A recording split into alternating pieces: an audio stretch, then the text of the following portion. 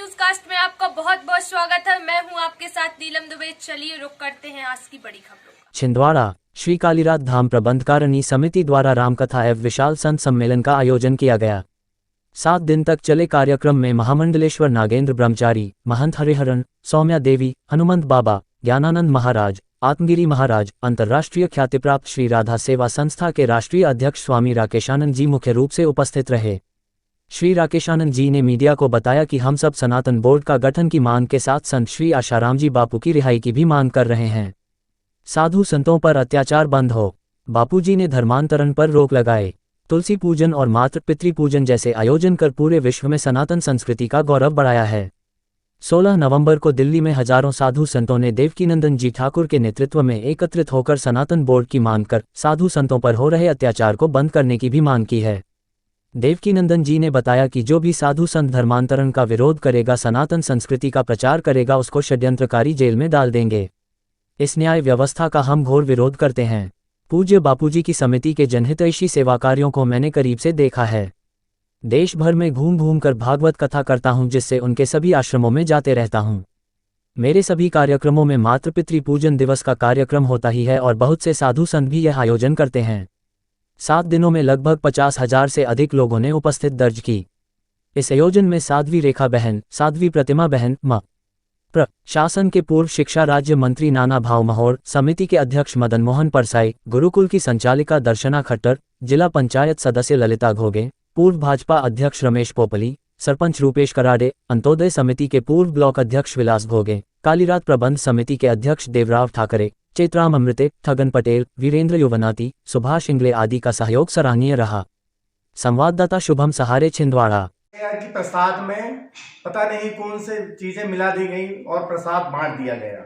ऐसा क्यों हुआ? क्योंकि वो जो मंदिर है, वो ट्रस्ट है, वो ऐसे लोगों के हाथ में है जो मंदिर का माँ भी नहीं जानते हैं। अगर वो सनातन बोर्ड के हाथ में होता या हिंदू धर्म के हाथ में होता, हमारे हाथ में होता, तो वैसा कभी भी नहीं हो सकता था। इसी प्रकार हमने ये मुद्दा उठाया, सनातन बोर्ड का गठन होना चाहिए पूरे देश में और सारे मंदिरों को सनातन बोर्ड के अंडर में होना चाहिए और सारे जो क्रियाकलाप है वो इस तरह से हमारे सनातन बोर्ड के अंडर में होना चाहिए। साथ ही आपने पूछा कि यहाँ का मुख्य उद्देश्य क्या था, तो मुख्य उद्देश्य हमारा सनातन बोर्ड ही था। और जितने भी संत आए यहाँ पर तो उन्होंने तीरथ का है एक फल, संत मिले फल चार, सदगुरु मिले अनंत फल, कहत कबीर विचार। ऐसे संतों की जय जयकार हो और हमारा देश में सनातन बोर्ड का गठन हो, बस हमारी यही मांग थी। स्वामी जी, अभी बहुत सारे संतों का अत्याचार हो रहा है। जो संत श्री आशाराम जी बापू को जबरन जेल में रखा गया, उसके बारे में कुछ बताइए।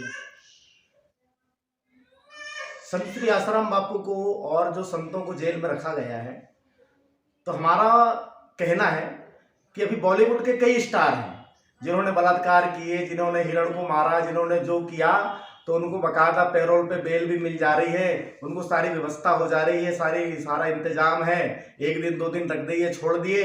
और 80-90 साल के संतों को जेल में बिठा रहे हैं, काय के लिए? बोले बलात्कार का केस भी है। कौन सा बलात्कार? 80 साल 90 साल का व्यक्ति कौन सा बलात्कार कर लेता है? ये ईसाई मिशनरियों का स्पेशल षड्यंत्र खासकर भारत के संतों के ऊपर है। क्यों? क्योंकि संत जो देश को दिशा दिखाते हैं, संत देश को सनातनियों को एक राह दिखाते हैं। बीड़ी मत पियो, सिगरेट मत पियो, शराब मत पियो, मांस मदिरा मत खाइए, माता पिता का पूजन करिए। आप 14 तारीख को माता पिता पूजन दिवस किसने शुरू किया? तो आसाराम बापू ने शुरू किया। क्यों? क्योंकि इनके दिल नहीं बिकते, इनकी दुकान नहीं चलती, इसलिए मतलब ये स्पेशल षड्यंत्र के दौरान ये सब किया गया है। और मैं भारत सरकार से मांग करता हूं कि उन्हें जल्दी से रिहा किया जाए और संतों पर अत्याचार करना बंद कर दिया जाए, क्योंकि हमारा देश सनातनी है। आप ध्यान देना, जो पैगंबर आए, जो भी आए दूसरे धर्मों के, तो वो बाद में आए हैं, लेकिन हमारे धर्म में सनातन धर्म पहले आया, फिर उस धर्म में भगवान आए। भगवान ने भी ये धर्म नहीं बनाया। हिंदू शब्द गीता में एक जगह भी नहीं है, क्योंकि गीता जो है हिंदू की नहीं है, ये पूरे सार्वभौतिक ग्रंथ है, ये सबके लिए है। इसलिए हम कहना चाहते हैं कि ऐसे संतों को बरी किया जाए और ऐसे संतों पे ऐसे आरोप ना लगाया जाए, क्योंकि समय रहते हुए हम जाग जाएंगे तो अच्छा रहेगा, बाद में हमें बहुत पछताना पड़ेगा।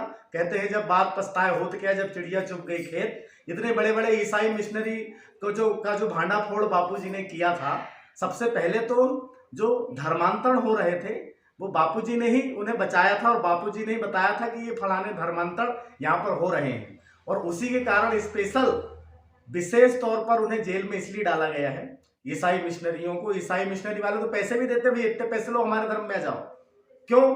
क्योंकि सरकार उनका विशेष यही काम है। माता पिता का पूजन करना किसने सिखाया? मैंने आपको पहले बताया भी।